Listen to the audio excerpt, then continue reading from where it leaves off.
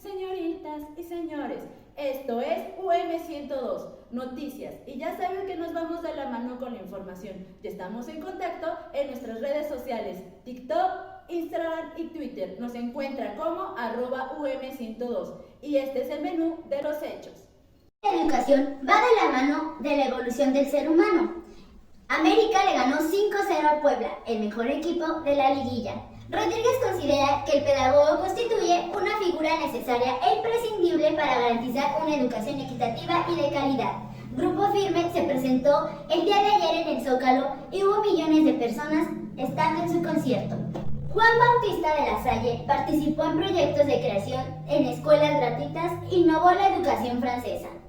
Buenas tardes, hoy miércoles 23 de noviembre del 2022, ya huele a fiestas de Navidad, ya huele a sembrinas, ya vienen los gastos fuertes. Acaba de pasar el Buen Fin, señores, todos no tenemos dinero y ahora seguimos con la vida, ¿ok? En el chat que tenemos, nos acaban de mandar una pregunta. Dice, ¿cuál es una problemática que enfrenta la enseñanza de la historia en el ámbito educativo contemporáneo? La pregunta la mandan porque quieren saber por qué nadie se le graba la historia, porque todos estamos, nadie quiere aprenderla, nadie quiere entenderla. Y esto se resume básicamente en que ahorita la tecnología nos ha rebasado, compañeros. Ya todos agarran su teléfono celular y lo abren, y ya nadie se quiere grabar la fecha de qué día fue de la independencia. ¿Qué se celebró el 20 de noviembre? ¿A quién le importa? Bobo nos lo va a decir. Ya no tenemos la facilidad para aprender nuevas cosas, compañeros, seamos sinceros. Y luego también, ¿cuántos historiadores no hay? ¿Cuántas cosas no te van a enseñar en la escuela? ¿Cuántas cosas no meten para que te aprendas? A todos los personajes, nombres, fechas, números. Eso es lo que a todos nos dificulta mucho con el caso de la historia. No queremos aprenderla, no queremos hacer nada de eso. ¿Ustedes cómo ven, compañeros? ¿A poco a ustedes les gusta que les digan de libros, de cosas? No. Yo creo que a nadie. Todos queremos mejor el celular. Ese es uno de los problemas con los que se enfrenta la historia al querer enseñarla en este momento.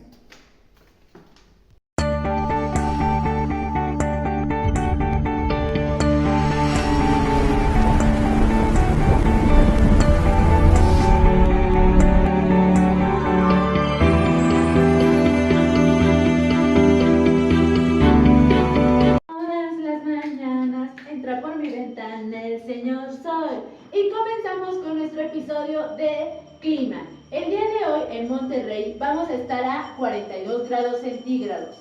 En Puebla vamos a estar a 28 grados centígrados. En el Distrito Federal vamos a estar a 24 grados centígrados. ¿Eso qué quiere decir? ¡Sí! Las pingüinas, porque hoy es viernes. No es cierto, es miércoles. Bueno, vamos a estar a 24 grados centígrados, eso quiere decir que va a haber mucho sol, podemos estar con chorcitos, con playeritas, un heladito y olvídenlo, se cancela ese plan. Ya empezó a llover, así que mejor hagamos palomitas y chocolate y estemos viendo películas en nuestra casa y no vayamos a trabajar. Vamos con nuestra compañera y nuestra sección de cómo enseñar historia. Vamos contigo, Brenda. Ahí estoy.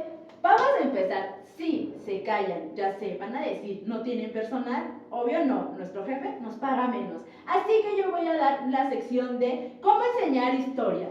Por ejemplo, cuando yo era niña, no es cierto, a esos apenas estos añitos, a que acabo de crecer. Cuando yo era niña, mis maestros me enseñaban historia y para mí era aburrido.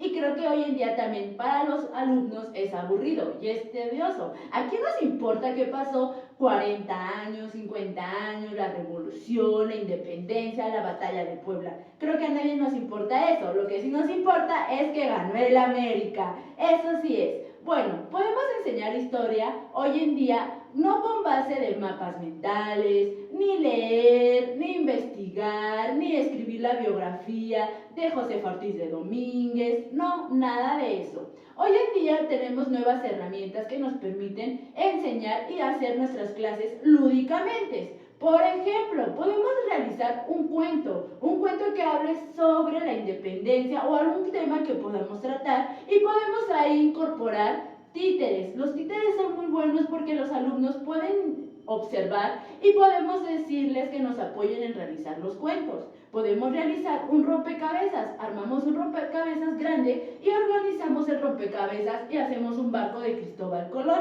Ahí poco a poco vamos armando las piezas y podemos decir qué es lo que se armó, un barco, y qué barco sería, el de Cristóbal Colón, y así empezamos a hablar la historia de Cristóbal Colón. Podemos organizar un memorama, jugamos un memorama y ahí podemos meter a los personajes de la independencia o la revolución, o mejor aún, un canto que hable sobre la revolución o la independencia o un tema a tratar. Es muy padre meter diferentes herramientas y estrategias. Ya no estamos en los tiempos de antes, ya estamos en el siglo XXI. Hay que enfocarnos y ocupar nuevas herramientas. No es necesario hacerlo así, también lo podemos hacer por medio de nuestros aparatos electrónicos, realizar un rompecabezas por nuestros aparatos electrónicos. Hoy en día los niños saben más de internet que nosotros.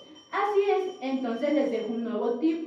Tú, docente, que me estás observando, deja esos tiempos de antes y ven, innóvate para realizar tus clases muy buenas y que sean divertidas. Esto fue todo por hoy y los espero el día de mañana. Buenas tardes. De nuevo continuamos con las secciones de historia. En esta ocasión vamos a hablar de un tema que nos preguntaron mucho. Dice esto: ¿por qué es importante la historia de la educación en la formación del pedagogo? ¿Ustedes qué creen, compañeros? ¿Por qué creen que esto sea importante? En lo personal nos pusimos a buscar información y para empezar con todo esto hay que saber qué es historia. Historia nos habla del pasado, es un aprendizaje que tenemos de lo que hemos visto o vivido. De ahí recobramos mucha información para tenerla ahorita. ¿Están de acuerdo que los tiempos de antes a los de ahora han cambiado muchísimo? ¿Que ya no nos pegan como antes? ¿Se acuerdan en la escuela cómo les daban las orejas o cómo les daban sus tablazos? Hay maestras todavía que lo hacen aquí. La mayoría no, tenemos por aquí algunas en estos salones, pero bueno, la mayoría ya no lo hacen la mayoría. ¿Esto en qué ha cambiado, señores? ¿O por qué es importante este aprendizaje que tenemos de la historia en el contexto moderno? ¿En qué nos ha ayudado a nosotros? Otra vez les pregunto, compañeros, ¿la diferencia entre que los golpean a que ya no los golpeen, ha habido un cambio? El hecho de que ahora tengamos más herramientas como la tecnología que antes no había, ¿ha hecho un cambio? Todo este proceso que ha sido largo, que ha sido durante años, nos ha enseñado la importancia que ha tenido para un pedagogo el aprender de las vivencias pasadas, de los psicólogos, de Vygotsky, de Piaget, de esos personajes que nos han dejado completamente enseñanza para poder enseñar a los alumnos de alguna forma. Tiene muchísima relevancia la historia en la formación de un pedagogo. Vamos a citar, por ejemplo, a Vygotsky. Vygotsky, sus investigaciones de estudios basados en la neuropsicología le permitieron llegar a la conclusión de que el entorno es un elemento clave en el aprendizaje. Les repito, compañeros, de cuando acá pensábamos que el entorno tenía que ver en algo.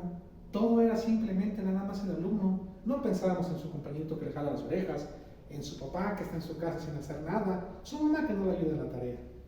Esto nos sirve como pedagogos. María Montessori es otro ejemplo real. Uno de sus grandes aportes a la educación fue demostrar científicamente que a través de los juegos los niños investigan su entorno y adquieren conocimientos.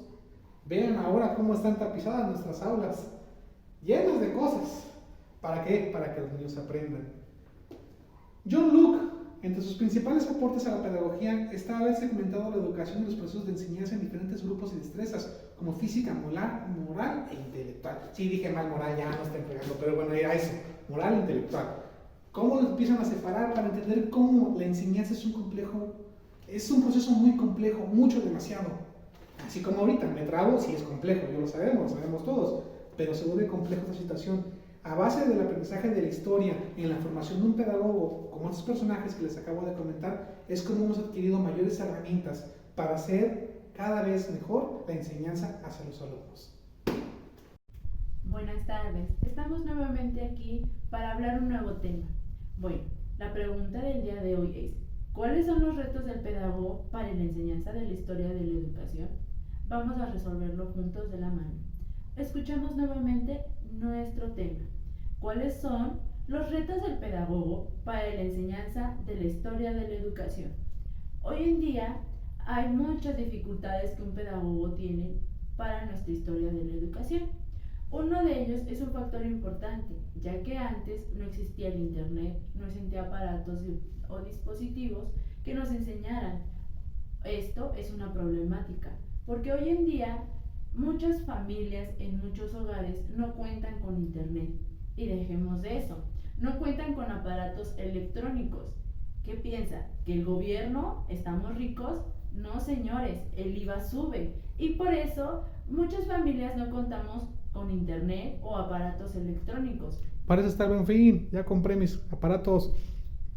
Mucha gente, así como mi compañero, prefiere endeudarse en comprar otras necesidades.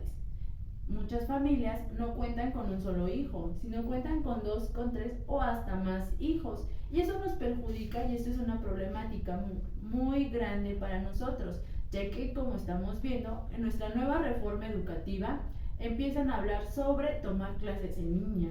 Muchas personas hoy en día no tienen esos recursos. Podemos observarlo en un claro ejemplo, en el COVID.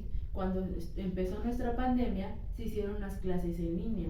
Ese también fue un reto para el pedagogo, porque el pedagogo estaba acostumbrado a dar sus clases en un aula, en 4 paredes, viendo a sus alumnos frente a frente. ¿Qué pasó con la pandemia? Hubo clases en línea.